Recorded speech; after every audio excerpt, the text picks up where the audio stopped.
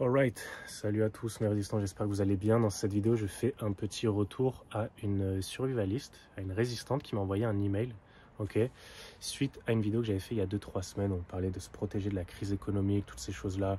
Je te mettrai le lien si jamais tu comprends pas trop la suite. On va dire que c'est une partie 2, là entre guillemets, on creuse un peu plus en profondeur. Là-dedans, dans cette vidéo, je vais te montrer des concepts financiers, d'accord? Donc, c'est pas un conseil d'investissement, c'est une vidéo neutre. Je suis pas biaisé, d'accord? Il n'y a pas un partenaire en dessous qui va te proposer 100 € offerts pour que tu déposes 1000 € et que tu ailles les brûler, hein, d'accord? Si jamais c'était le cas un jour, je le dirai. De toute façon, c'est la loi. Donc là, cette vidéo, je suis neutre, pas biaisé, rien à te vendre. C'est vraiment pour toi. Ça peut aider énormément de personnes, l'éducation financière. C'est des choses qu'on nous a jamais appris à l'école. Pareil, comment faire du feu, comment construire un abri, c'est des choses qu'on n'apprend pas à l'école. Pourtant, c'est la base, comment se défendre, etc.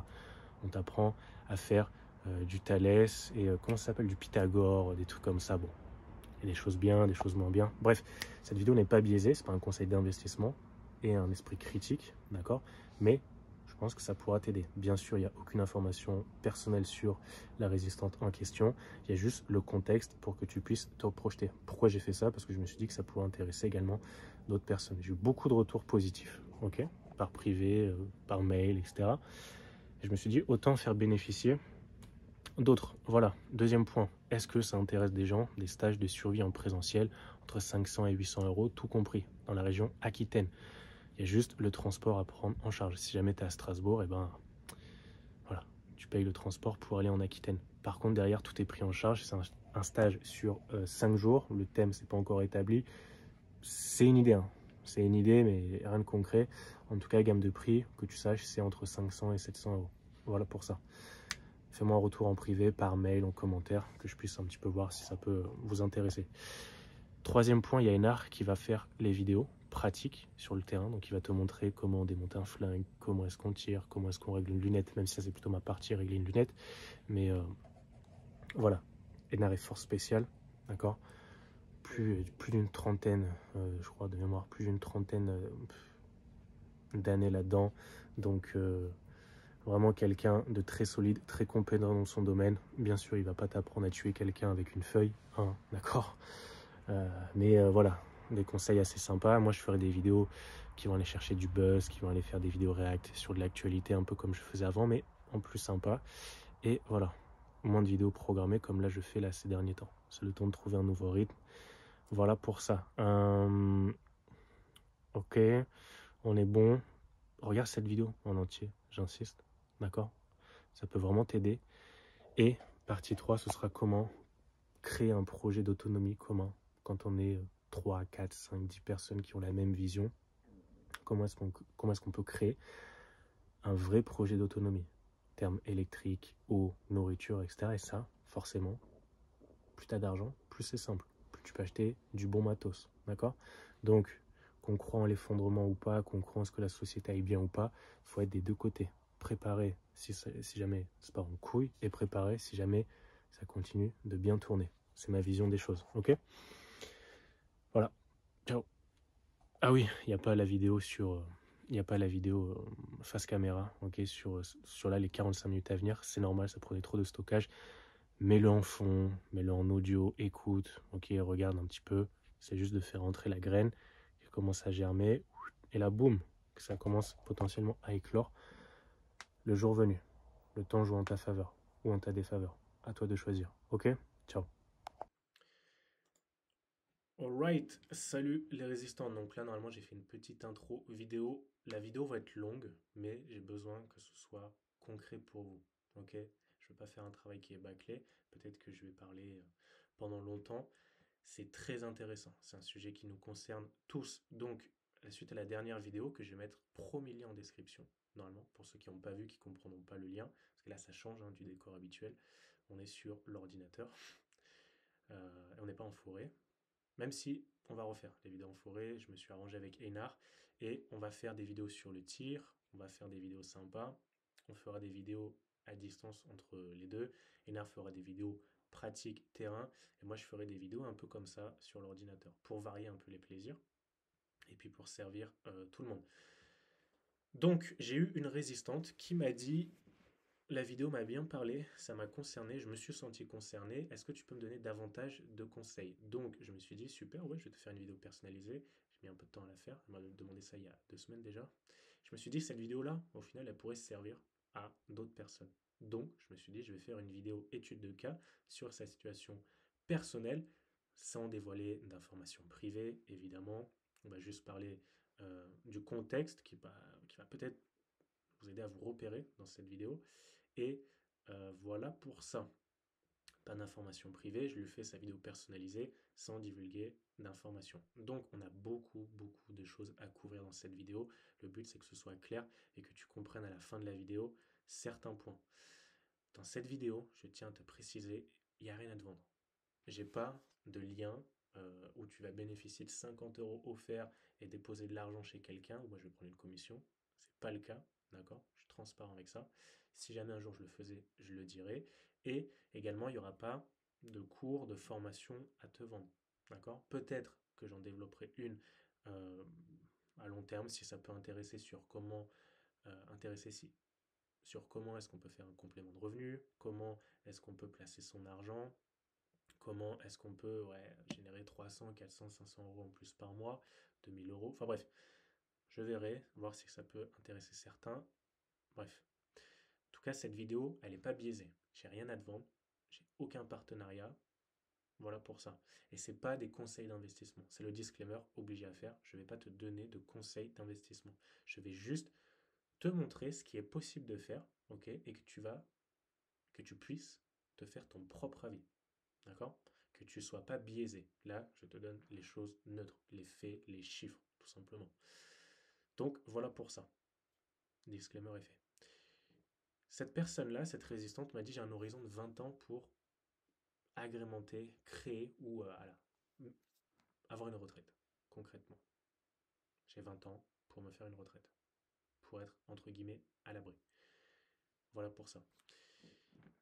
Ensuite, j'avais dit dans la dernière vidéo, il y a deux cas de figure. Il y a ceux qui believe et ceux qui not believe. Donc ceux qui croient et ceux qui croient pas. Ceux qui croient dans le fait que notre société va être de plus en plus prospère, que tout va aller mieux, en tout cas que ça va continuer comme ça, qu'on va arriver à 10, 12, 13, 14 milliards sur la même planète. Voilà, on a des îles qui commencent à disparaître avec la montée des eaux, mais pourtant on a de moins en moins d'eau potable.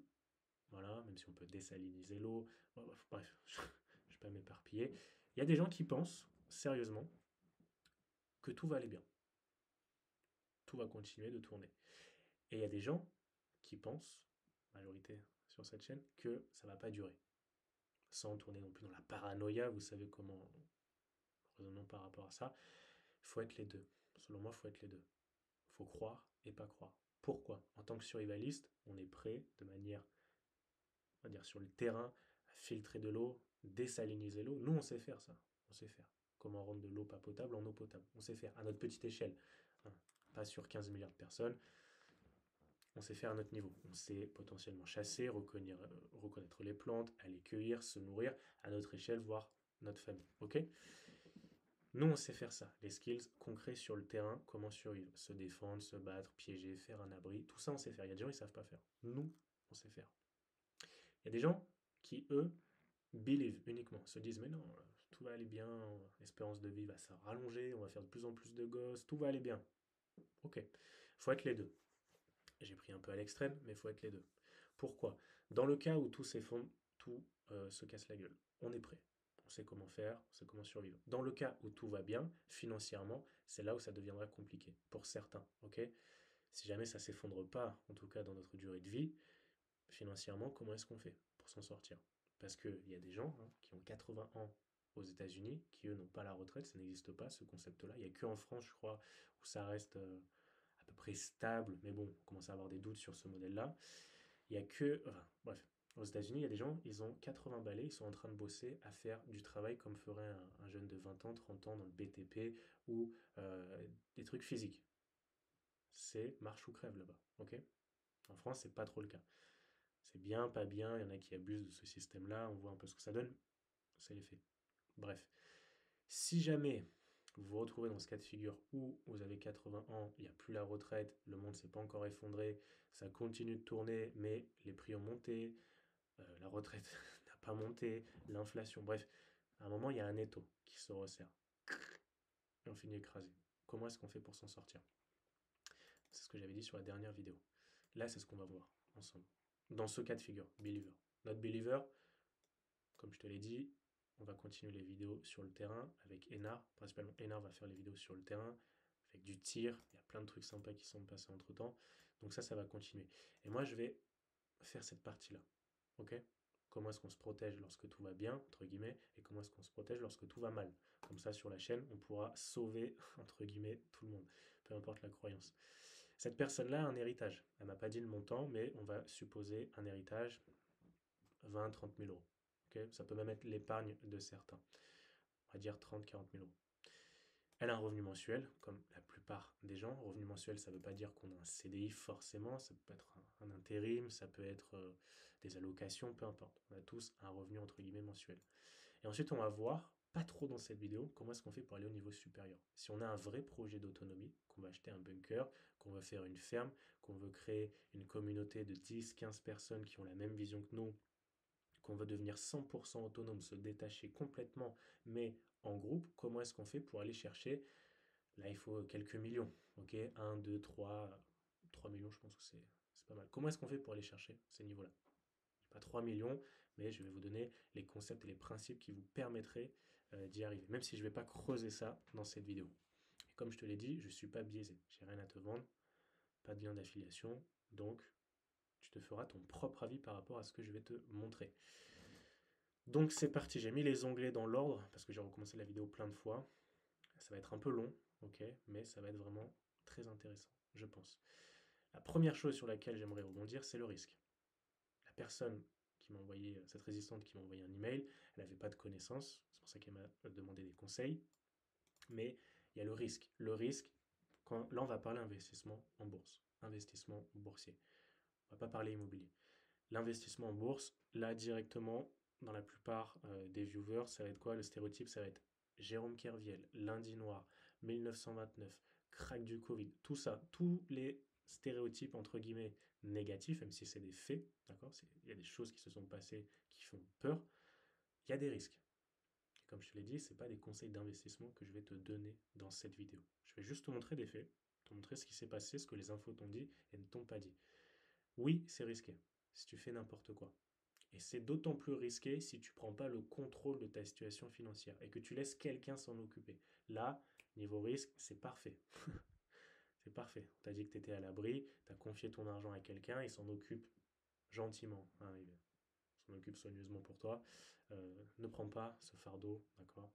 Laisse-moi m'en occuper, je le fais de bon cœur. Oui, je suis payé, mais je le fais de bon cœur. C'est un peu ça, hein, d'accord?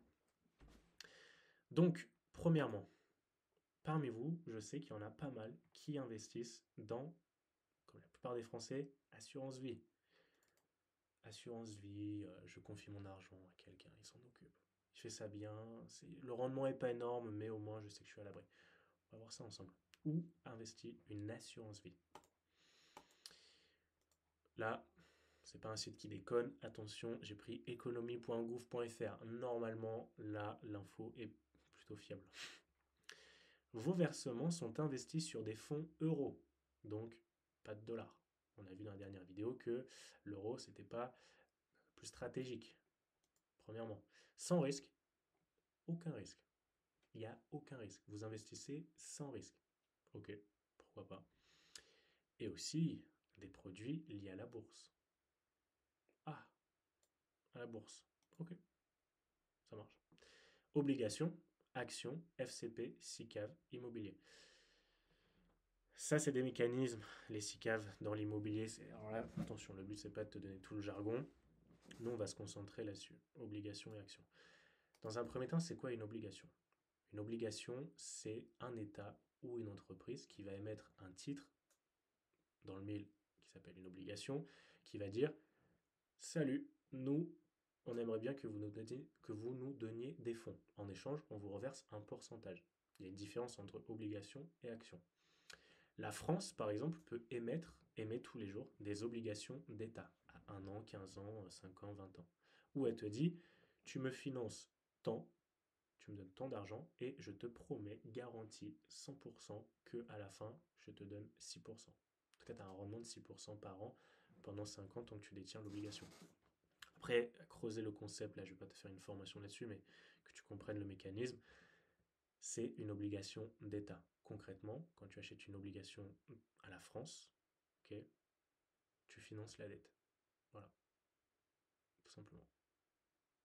La France te dit, est-ce que tu veux bien me passer de l'argent? Ok, et elle va te le rendre. C'est une dette. Ok, pas mal. Donc on a l'obligation d'un pays, mais on a également l'obligation d'une entreprise. Une entreprise, par exemple, comme Total, va émettre des titres d'obligation et dire, salut, moi je suis une entreprise, je ne suis pas un État, est-ce que tu veux bien nous prêter de l'argent et on te garantit, on te promet un rendement de tant de pourcents. Généralement, les obligations d'entreprise rémunère plus qu'une obligation d'État. Pourquoi est-ce qu'une obligation d'État rémunère entre guillemets peu? Elle va te garantir un rendement à 2, 3, 4, 5% en fonction des pays. Le seul risque concrètement que tu cours, c'est quoi? C'est si jamais l'État fait faillite, bah, tu retrouves plus ton argent. Ok? Mais bon, comme à chaque fois on s'endette encore plus, on trouve toujours de l'argent, je me demande concrètement si c'est tant risqué que ça. Bref, ça c'est une obligation, il y a des concepts qu'il faut pousser plus en détail. On peut l'acheter sur 5 ans et la revendre le mois prochain. C'est pas le but là de la vidéo. Tu creuseras si tu es un peu curieux, mais c'est ça une obligation. Ensuite, on a les actions. Les actions, c'est bien différent. Là, il y a par exemple McDo, ok, qu'on va voir après, qui, voilà, le propriétaire, le fondateur, Rick Rock est mort, mais le fondateur de McDo se dit, moi, je veux garder 20% de l'entreprise. Donc, les 80% restants, je les mets en vente à des actionnaires. Ça peut être des gros actionnaires qui vont tenir 15-20% de la boîte, généralement qui auront un poste au sein de l'entreprise. Et ensuite, il y a plein de micro-actionnaires, de gens comme nous, qui vont acheter quelques actions McDo. L'action, c'est quoi le principe? Le but d'une action, c'est de une, qu'elle prenne de la valeur avec le temps. Tu vois, si tu as acheté McDo par exemple dans les années 2000, on va voir après un exemple, et que tu la revends en 2024, forcément entre les deux, elle a pris de la valeur. D'accord? Et deuxième point, une action, quand tu es actionnaire, d'accord? Quand tu achètes une action, peu importe l'entreprise, tu es considéré comme un actionnaire. Voilà. Tu vas également toucher ce qu'on appelle un dividende. Un dividende, ok?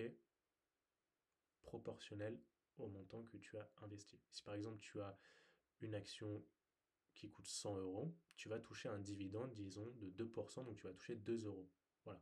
Si tu as 10 000 actions, et ben, tu fais 10 000 fois 2, ça te fait 20 000 de dividendes. Voilà. Ça, c'est pour les actions. Après, on a les FCP, les SICAV, et bon, après, ça, on va pas non plus trop creuser. Euh, hop. L'assureur garantit non pas la valeur de ses unités qui varie. Bon, bref, on va pas à creuser. Ok. Là, c'est une vidéo pour t'ouvrir l'esprit. Si jamais tu es vraiment intéressé, je creuserai plus en détail. Donc, on sait que maintenant, les assurances vie qui sont un placement hyper fiable investissent dans des actions, des obligations, des FCP, des SICAV qui sont considérées comme risquées. Donc, tu vois que le concept de c'est sans risque ne tient pas.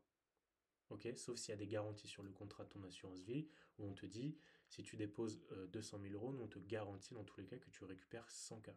Voilà, peu importe ce qui se passe, tu peux avoir ça dans les clauses d'un contrat. Mais déjà, ça ne va pas ensemble. Sans risque et action-obligation. Il y a toujours un risque. Ok.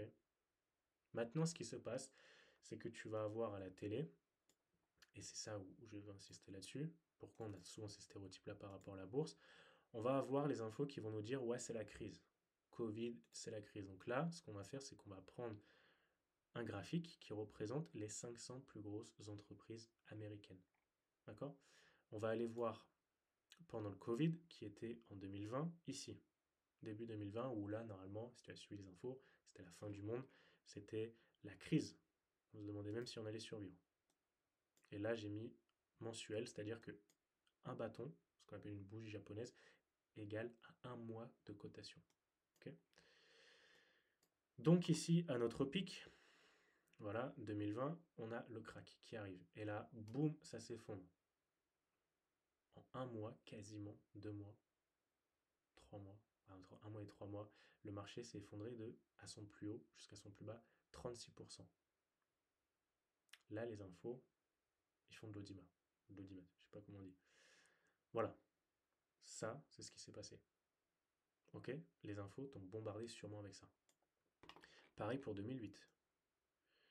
Ici, on a le crack de 2008. Boum, on a perdu 53%. C'est-à-dire que si tu avais 100 000 euros, 57, si tu avais investi 100 000 euros ici, ok, tu t'étais dit, bah moi je vais tenir ça sur le long terme, je vais placer mon argent. Boum! Ici, 16 mois après, au plus bas, ton portefeuille serait tombé à 57 600 euros. Par contre, est-ce que tu l'as perdu cet argent? Non. Ce qu'il faut comprendre, c'est qu'en bourse, tu achètes, disons, 100 000 euros, on va prendre cet exemple-là, 100 000 euros d'actions de cet indice, ok? Si tu décides de vendre, de dire, ok, je vends, là, tu valides ta perte. Si par exemple, tu achètes ici que tu n'as pas vendu, tu as acheté à ce niveau-là, tu vois ton portefeuille, il baisse, il baisse, il baisse, il baisse. Je vais te prendre un exemple en live. J'ai pas 350 000 euros, hein, c'est un compte test. Je vais te montrer un exemple. Marché est ouvert. Voilà. Ce qui se passe, c'est que là, ton portefeuille, par exemple, il est en perte. Et tu vois qu'il bouge, il est latent. Ici, tu vois, j'ai dépassé le 59, 14, 44. Voilà, tu peux voir ici. 29 en profit. D'accord? 59. Bref. Ce qui se passe ici, c'est que quand tu achètes à ce niveau-là, si tu avais acheté 100 000, par exemple, pour 100 000 euros, le marché, il tombe petit à petit. Comme il fait ici, tu vois. Bon, là, il monte, mais ça tombe petit à petit. Hop, hop, hop. Donc, tu passes de 100 000 à, tu vois que tu commences à perdre 10 euros, 20, 30, 50, 100, 1000 euros, 3 000, 5 000, 40 000 euros. Boum, et là, 57 000 euros plus bas. Par contre, ici, c'est toujours en cours. Là, tu vois, j'ai pas vendu, j'ai pas validé cette plus-value-là. C'est latent, ce qu'on appelle un profit latent. Il n'est pas encaissé. Là, j'ai pas gagné 104 euros. Par contre, si je décide de vendre, ok, de couper cette position, là, j'encaisse ce gain. Tu comprends? Donc, si toi, tu as acheté ici, à ce niveau-là, hop, et là, le marché tombe, tu vois, ton portefeuille, il perd 60%. Si tu n'as pas validé, que tu n'as pas vendu, que tu n'as pas encaissé cette perte, que tu décides de tenir ta position malgré tout, malgré la baisse, avec le temps, le marché est remonté. Hop, hop, hop, hop, hop. Et là, au final, on perd 13%. Ah, on repère 20%, 29, 30. Oh, il y a des mois qui passent. Et là, on revient en positif. Voilà. Et là, si tu es, je te prends un exemple, hein, c'est jamais comme ça que ça se passe dans la réalité. Si tu avais acheté début 2008, voilà, début de la crise, tu as les infos, ils te bombardent, c'est la fin du monde, tout le monde va finir à la rue. Hop, mais que tu as gardé, que tu as été patient. Tu t'es dit, moi, j'ai confiance, je suis un believer, entre guillemets, dans le fait que la croissance mondiale continuera. Hop, tu laisses le temps passer, et au final, ton portefeuille a monté 300%. Voilà. Donc si tu avais 100 000, bah, tu aurais fait 300% de plus-value, tout simplement. Donc attention à comprendre ces concepts-là avant qu'on poursuive dans la vidéo. Là, tout simplement. Ok? Donc ici, ce qui se passe, c'est que les infos, les news, la télé vont uniquement te partager lorsque c'est la crise. Ils vont jamais te dire, là, tu vois, 3 mois après le Covid, on t'a jamais dit, ouais, le marché a explosé. Tu vois, le marché, au final, si tu avais acheté au tout début de la crise, tout début, hein, tout début de la crise, que tu avais tenu malgré tout, ton portefeuille aurait fait 40% de plus-value. Ça, on ne te le dit pas. Ça fait pas vendre, tu vois, ça donne pas envie. Voilà, ça fait pas d'audimat. Pareil, là, c'était la crise avec la guerre en Ukraine, le pétrole, l'inflation, tout ça. Pareil, retour, fin du monde, apocalypse. Par contre, on t'a pas dit qu'entre-temps, le marché a pris de la valeur et qu'au final, si tu avais gardé, tu serais à 27% en profit. Bref, je pense que tu as compris le concept. Si jamais c'est pas clair, de toute façon, je referai peut-être des vidéos à ce sujet-là. Donc, voilà, il y a un risque, effectivement, si tu fais n'importe quoi. Maintenant, on va revenir sur les obligations. Une obligation, concrètement, en France, l'obligation d'État, où tu finances la dette du pays, tu peux te retrouver à avoir des taux d'intérêt différents en fonction de au plus tu tiens l'obligation longtemps, voilà, au plus tu vas toucher un taux d'intérêt intéressant. Voilà, taux d'intérêt 3,5, 3%. Cool. Maintenant, ce qu'on aimerait voir, c'est rendement assurance vie. Une assurance vie, il faut savoir, 2024 avec un taux moyen à 2,5%. Rien que ça. Donc si tu avais simplement acheté toi, de ton propre gré, directement une obligation d'État en France, ou du concrètement, le pire scénario qui arriverait, ce serait quoi? Ce serait que euh, l'obligation d'État, enfin le pays fasse faillite. Bon, ok. C'est pas là-dessus qu'il faut investir, mais tu comprends le principe. Rien qu'en ayant fait l'action par toi-même, tu aurais gagné 1% en plus. Voilà. Tu aurais pris le même risque. Donc, c'est pas des bénévoles. Les assurances vie, les fonds d'investissement, les pensions de retraite, ils font pas ça pour sauver les papiers et les mamies, si on peut dire ça comme ça. Ok? Ils font de l'argent sur ton dos. C'est normal. Un patron fait pareil. Enfin, c'est normal. C'est le monde dans lequel on vit. Ok? Ensuite, on a des obligations comme le Brésil, où là, obligation à 10 ans, on peut se retrouver déjà à gagner 6,75%. Pas mal. Ok? Par contre, on prend le risque effectivement que si le Brésil fait faillite derrière, bah, on ne retrouve pas notre argent. C'est ça qu'il faut comprendre. D'accord? Je te laisse creuser sur le mécanisme des obligations. Je ne suis pas là pour te faire un cours en détail. Regarde, le portefeuille ici, là, tu vois, il est à 118. Là, si je valide la perte, que je panique et que je vends, ok, je valide ma perte. D'accord? Si jamais je laisse tourner, ça va revenir peut-être en vert à un moment. Bref, c'est un bon exemple, du coup, en live. Donc voilà, on sait déjà où investissent les assurances vie. On comprend qu'au final, les assurances vie, ce qu'elles font, elles font exactement ce que je viens de te montrer. C'est juste que toi, tu donnes ton argent et c'est eux qui vont aller l'acheter pour toi, en te faisant croire ici que c'est sans risque. C'est pas sans risque. Ok? Voilà pour ça. Obligation d'État Brésil. Et ensuite, ici, on a le crédit score de la dette de France. Ça, je pense que tu as vu aux infos. Notre note a baissé. Pourquoi? Parce qu'on a de moins en moins confiance en la France et en sa capacité. Donc, on a des notes, voilà, souveraines de la France. Bon, ça, c'était un peu en option. Que tu comprennes un peu ces concepts-là. Ensuite, on a McDo. McDo, par exemple, on achète une action. On se dit, ok, les obligations, c'est cool, mais les actions, c'est relativement plus intéressant de manière générale. On a McDonald's, ok? McDonald's, une action coûte 304 $. Ok? Et on a un dividende annuel de 2,32%. C'est-à-dire que pour une action, concrètement, à 304,83 $, chaque année, on te verse 1,77 $ de dividende. Voilà. Mais en plus de ça, l'action prend de la valeur avec la durée. Si tu achètes ici, par exemple 2011, ça vaut 100 $. Donc tu te dis, ah bah cool, McDo, ouais, en 2011, c'est vrai que bah, c'était pas non plus inconnu au bataillon, hein, McDo 2011, tout le monde connaissait. On savait déjà que c'était un bon gig, il y avait un bon potentiel. Donc tu te dis, bah allez, c'est le moment pour moi, je vais acheter des actions McDo. J'en achète 10 à 100 $. Donc ça fait 1000 euros, 1000 $. Et le temps passe. Entre-temps, tu as touché 2,32% chaque année par action, ok? Donc ça te faisait, sur 1000 euros, 2%, ça te faisait 23 euros de dividende. Ok? Mais entre-temps, l'action a pris de la valeur. Tu vois, donc tu as ce potentiel-là.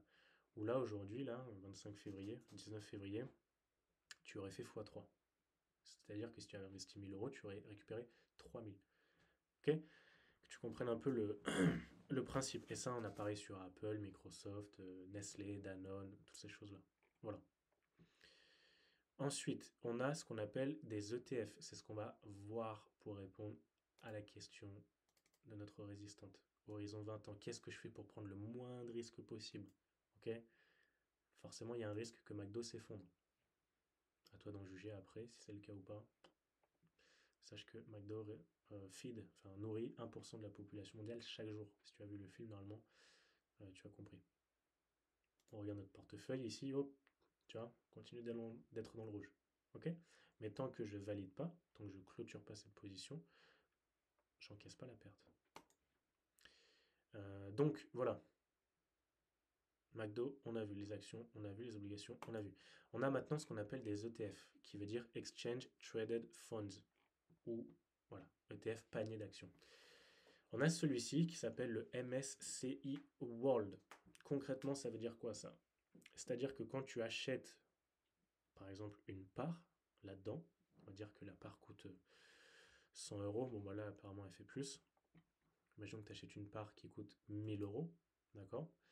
Tu achètes globalement un panier d'entreprises mix, ça peut être McDo, ça peut être LVMH, tout ça, des actions mondiales.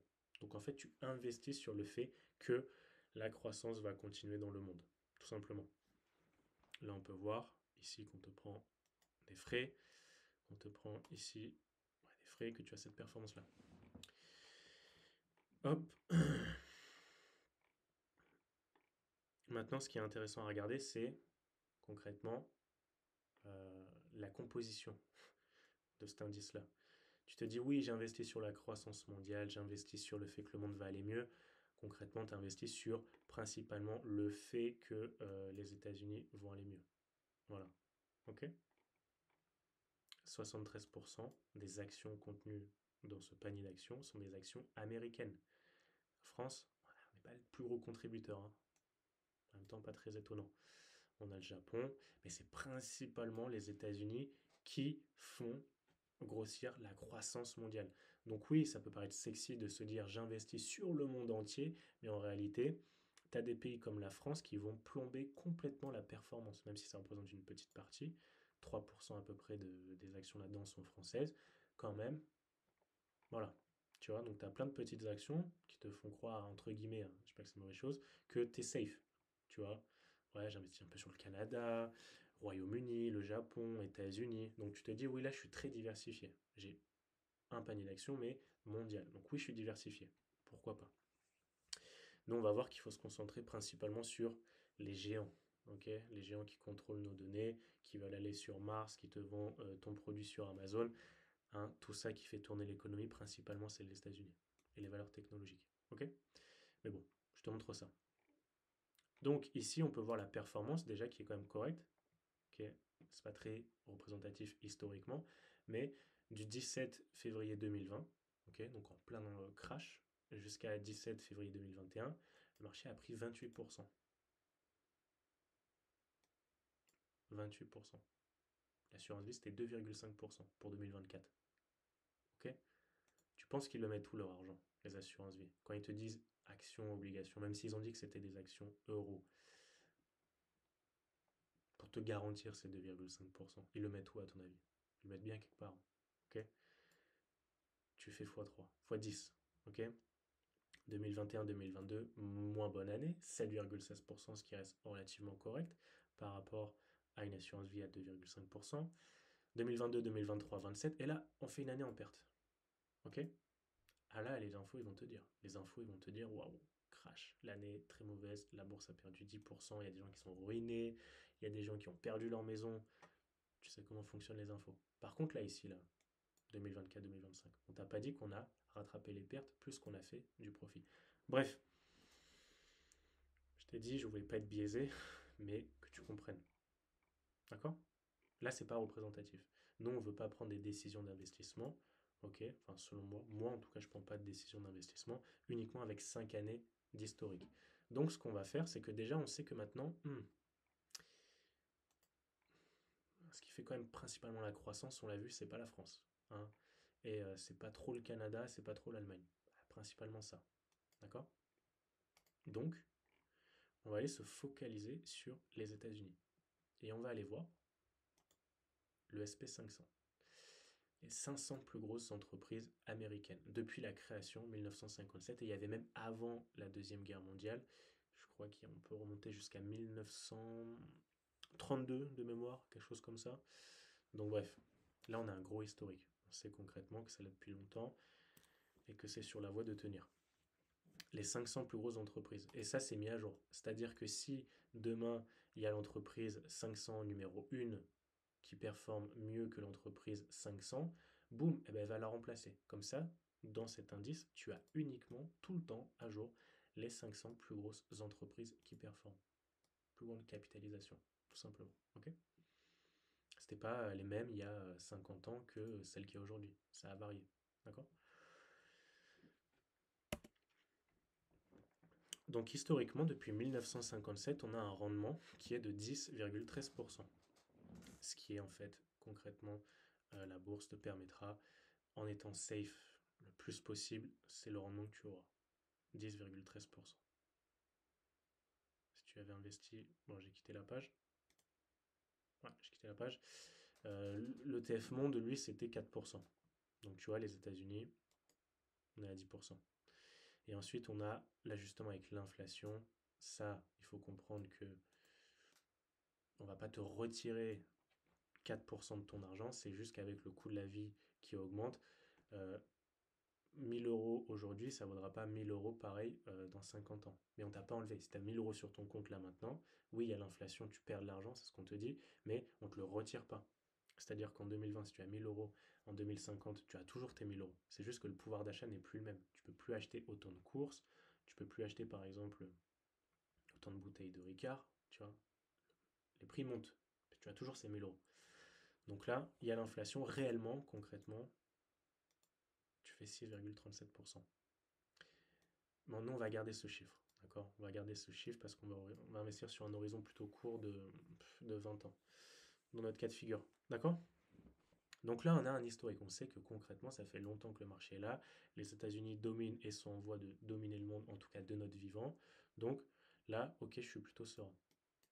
Donc, maintenant, une fois qu'on a ça, on vient sur la partie concrète. Tu vois, il y a une différence, hein. 2,5%, sachant qu'il y a l'inflation également à 2%. Donc en fait, tu fais 0, ton argent fait 0. Là, tu fais 6% net d'inflation. D'accord? Là, tu vois, notre position là qu'on a ouverte tout à l'heure, elle est à 341, 300 euros de perte. Tu vois? Mais tant que j'ai pas coupé, ça tourne. Et là, je suis investi où? Sur celui-ci là, qu'on vient de voir. SP500. Donc imaginons que tu achètes ici, tu gardes ça pendant 20 ans. C'est l'exemple que je vais te montrer. Hop, maintenant on va sur notre calculatrice financière. Notre résistante, du coup, elle a un horizon de 20 ans. Elle a touché un petit héritage et elle a un revenu mensuel. On va dire qu'elle a un revenu mensuel à 1800 euros. Avec les aides, CAF, etc. Je pense qu'on peut tous... On est dans la moyenne, 1800 euros, je pense. Ok, donc on a un revenu de 1800 euros par an. On peut faire un effort d'épargne de 200 euros. Je pense que c'est faisable. Et si c'est pas le cas, je t'ai dit dans d'autres vidéos, je vais te montrer comment est-ce qu'on fait pour aller chercher des compléments de revenus. Ok? À 1000, 2000 euros, même si bon, là c'est plus trop des compléments de revenus. Mais bref, on va faire un effort d'épargne de 200 euros. Ok? Donc, versement régulier par mois, 200 euros. Investissement initial, elle a peut-être un petit patrimoine ou de l'épargne, ou là en l'occurrence un héritage. Si jamais toi tu as un héritage, eh ben, tu fais le calcul avec un héritage. Si jamais tu n'en as pas, eh ben, tu mets rien. Donc là, on va dire qu'elle a, allez, 35 000. Je pense que ça pourrait être le juste prix. Taux d'intérêt, on veut ça, 10,13% sur une durée de 20 ans. Donc ce qui se passe, c'est que notre résistante, en faisant un effort d'épargne de 200 euros par mois, avec un taux d'intérêt à 10,13%, historiquement, ok, on a vu que c'était relativement fiable et stable, et généralement c'est ce que tu as de manière garantie. Ok, on va faire comme l'État français qui te dit c'est sans risque. C'est jamais sans risque, mais bref, 10% sur 20 ans, tu te retrouves avec ça comme patrimoine. Ok? Quasiment 400 000 euros. Et investissement initial de 35 000 euros. Si tu n'avais pas l'investissement initial, on va dire que tu avais juste 200 euros. Voilà, tu aurais deux fois moins. Là, dans son cas, elle, on va dire qu'elle a ce petit patrimoine-là. Boum! Tout simplement. Si elle avait juste mis de côté 200 euros plus ça, après 20 ans, elle aurait eu 48 000 euros d'épargne. Plus 35 000 euros. Le fait juste d'avoir investi, tout ce gros camembert là, c'est 305 000 euros. Si elle ne les avait pas investis, elle les aurait pas eu. D'accord? C'est ça la puissance. Et tu vois que plus tu fais sur du court terme, moins bah, le camembert il s'élargit. Tu vois, les intérêts sont pas énormes. Si tu gardes ça sur 40 ans, les intérêts, ça devient un très gros camembert. Tu vois, si tu avais gardé ces mêmes chiffres-là pendant 40 ans, tu passes à 2 millions, 3 millions même. Ok? Maintenant, comme on l'a vu, il y a l'inflation à prendre en compte, d'accord? Si vraiment tu veux voilà, être chirurgical précis, tu peux prendre en compte l'inflation et mettre 6%. Ce qui se passe, c'est que quoi qu'il arrive après 20 ans, tu vas avoir ça sur ton compte en banque. Ok? Alors on va parler des impôts après. Tu auras ça sur ton compte en banque. 388 000 euros. Mais c'est 388 000, 380, on va dire 400, c'est 400 000 euros en 2025. Enfin, là, on est en 2025. Aujourd'hui, avec 400 000 euros, peut-être que tu t'achètes un appartement, un T2 sur Paris. Peut-être. Par contre, dans 20 ans, peut-être que ce sera plus le cas. Peut-être que tu n'achèteras pas autant de courses. Peut-être que tu n'achèteras pas le même bien immobilier. Ok, c'est ça l'inflation. Mais cet argent-là, là, on ne te le retire pas. L'inflation, elle ne va pas te ponctionner ton argent, te le retirer comme une transaction. C'est avec le temps, ton argent vaut moins. Mais dans 20 ans, avoir 400 000 balles de côté, c'est quand même 400 000 balles. Hein. Je dis ça, je dis rien. Donc, du coup, tu as deux options. Ici, à 20 ans, tu as ta retraite. Peut-être que l'État va te donner 1000, 1200 euros. Mais tu as aussi ce petit capital-là. Gros capital, hein, quand même. Où tu as juste mis 200 euros de côté par mois. Tout le monde peut mettre 200 euros de côté par mois. Peut-être que là, effectivement, tout le monde n'a pas 35 000 euros de côté. Donc, je te montrerai plus tard des vidéos pour aller chercher ouais, bref. Tu as 388 000 euros. Hop, si tu pars du même principe, que tu places cet argent-là à 10%, on l'a vu, il y a des mois, en moyenne, ça fait 10%. Enfin, il y a des années, ça, en moyenne, lycée, sur les 50 dernières, enfin, depuis 1957, en moyenne, le rendement est de 10% par an. Par contre, ce qui se passe, c'est qu'il y a des mois, comme ça, où tu perds 20%. Il y a des mois où tu perds 33%. Il y a des mois où tu gagnes 27%. Enfin, des années, pardon. Il y a des années, tu gagnes 28%. Il y a des années comme elle, tu gagnes 50%. Tu vois? Donc, tu fais pas tous les ans 10%. D'accord? Ça, il faut que tu te l'enlèves de la tête aussi. Il y a des années, tu fais même rien. Ici, là, 1,3%. 0,7%. Tu vois? Donc, il y a des années balèzes. Il y a des années moins balèzes. Il y a des années pas balèzes du tout. Tu vois? 36% de perte. Ok? Donc là, concrètement, comment est-ce qu'après on manage ça au quotidien? On a ce capital-là. Tous les ans, on ne va pas faire 10%, comme je viens de te montrer. J'espère que c'est clair. Tous les ans, tu ne vas pas faire 10%. C'est en moyenne. Quand on a pris les barres, baissières, haussières, neutres, etc., on a lissé et on a vu, 1950, que ça faisait en moyenne 10% par an. D'accord? En prenant en compte les pertes, les guerres, les cracks, l'Ukraine, Covid, tous ces trucs-là. Donc ce qui se passe, c'est qu'il y a des années, tu vas faire par exemple 22%.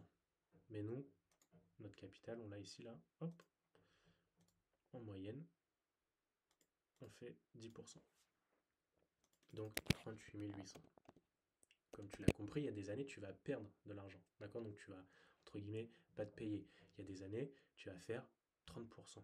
Tu vois? Mais on prend le lycée. Ça fait 40 000 euros à l'année. D'accord? Tu divises ça par 12, ça te fait 3 200 euros de complément de revenu pour la retraite. Pas mal. Je pense qu'il y en a beaucoup qui aimeraient avoir ça, plus ta retraite de base. On n'a pas parlé des impôts, on va y venir juste après. C'est l'onglet ici. Donc voilà, concrètement, entre guillemets, pas plus compliqué que ça. Ce qui est compliqué, je pense, pour beaucoup de personnes, ça va être de tous les mois mettre ces 200 euros. Et quand tu as une galère financière ou que tu as envie de te faire un petit plaisir, de t'acheter un outil de survie qui coûte 5000 euros, te dire ah j'ai pas 5000 euros, mais j'en ai de côté, je pourrais retirer. Là, fini. Si tu pars de ce état d'esprit-là, c'est la fin. D'accord? Parce que tu vas pas laisser l'effet cumuler, les intérêts se composer. C'est ça hein, la clé. Hein. C'est pas épargner, hein, c'est les intérêts qui se cumulent. Ok? Il faut réussir à mettre ces 200 euros de côté tous les mois sans jamais en espérer le retour. Enfin, pas en avoir besoin en tout cas. Si tu vois que petit à petit, parce que là c'est la finalité, après 20 ans, mais au bout de 10 ans, tu as déjà une petite somme, et tu pourrais dire, ah, franchement, j'aimerais bien m'acheter un camping-car, comme ça je pars faire le tour du monde. Boum, et là tu flingues tes effets cumulés. Il faut avoir la discipline, la force mentale pendant 20 ans de mettre ces 200 euros et de ne jamais, jamais, jamais y toucher. On peut faire des virements automatiques sur les banques. C'est ça qui est compliqué, que peu de gens vont réussir à faire. Déjà d'attendre patiemment 20 ans, pour ceux qui sont un petit peu sérieux qui vont attendre 7 ans, qui vont voir qu'ils ont déjà 30 000, 40 000, 50 000 euros de côté, ils vont se dire, waouh, je pourrais m'acheter un truc pas mal là, je pourrais me faire un bunker de survie, m'acheter des gadgets et tout, flingué. Pour ça qu'il y a peu de personnes qui vont réussir à le faire. Ok? Parce que les gens ne sont pas responsables d'eux-mêmes, ne sont pas disciplinés. Des fois, pour ces personnes-là, il vaut mieux qu'ils confient leur argent à quelqu'un pour le faire pour eux. En tout cas, je t'ai montré aujourd'hui ce que faisaient les assurances vie, les États qui gèrent ça pour toi. Ok? Voilà. Maintenant, on a les impôts. Eh oui, les impôts. Ce qui se passe, c'est que les impôts, tu les payes quand ta transaction est validée. Là, par exemple, tu vois, comme c'est latent, je ne paye pas d'impôts. Tu vois, là, c'est un compte test, c'est pas un vrai, c'est pas du vrai argent. Mais si là, je décide, voilà, c'est pas en vert, imaginons que c'est en vert. Imaginons que c'est en profit. Tocage, donc du coup, je reprends. Imaginons que là, c'est 1000 euros et soit en vert. Ok, hop, que je coupe cette position, confirmer. Voilà, là, j'ai encaissé ma perte. Voilà, là, j'ai encaissé ma perte. Ici, boum, imaginons que c'est en vert. À ce moment-là, je vais payer ce qu'on appelle la flat tax, qui est de 30%. Mais je crois que Macron l'a augmenté à 33%. Je sais plus ce qui est maintenu. Bon, ça a été maintenu à 30%. Voilà. Du coup, ce qui va se passer, c'est que pour notre résistante, quand elle va attendre après 20 ans et qu'ensuite elle va décider là concrètement d'encaisser ce gain qui aurait été latent, elle dit ok, je vends, je veux valider ce gain. Boum, après, aux impôts, elle va devoir déclarer et payer 388 moins 30%. Voilà, elle va devoir payer 116 000 euros d'impôts. Et il va lui rester 271 000 euros. Ok? Donc maintenant, avec ces 271 000 euros, elle décide soit d'arrêter de mettre de l'argent tous les mois, et voilà, tout simplement. 10%. Et là, elle peut, hop, chaque année, toucher 27 000 euros d'intérêt par an. Où là, elle va devoir évidemment enlever les impôts à chaque fois. Et donc, elle aura 19 000 euros divisé par 12, un complément de 1500 euros en plus par mois. Ok?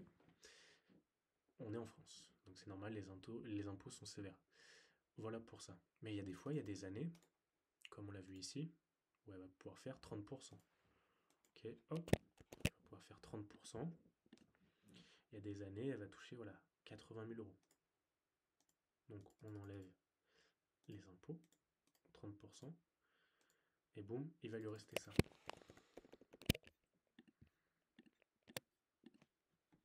Ok? Donc il y a des années, ouais, elle va se faire plaisir, il y a des années, ça va être compliqué, ou sinon, elle garde la même discipline, quoi qu'il arrive, quand cet argent-là, l'excédent, il rentre, elle le réinvestit, elle le ressort pas en tout cas. D'accord? Après, c'est à vous de manager l'argent comme vous voulez. Il y a des années où vous ferez de très bonnes années, des années où vous ne ferez pas grand-chose, ou bien vous gardez cette discipline, des années par exemple où vous faites x2 sur votre argent, uniquement de garder 10%. Ok? Voilà pour cette vidéo. C'est un peu long, j'ai plus de stockage, donc je ne vais pas vous montrer comment on va aller au niveau supérieur. Je doute qu'il y ait des personnes qui regardent jusqu'au bout. Il y en a forcément quelques-unes. Hâte de voir vos retours. Et on passera sur niveau supérieur, comment est-ce qu'on fait pour faire un vrai projet d'autonomie, comment est-ce qu'on fait pour aller chercher davantage de capitaux. Voilà pour ça. Ciao.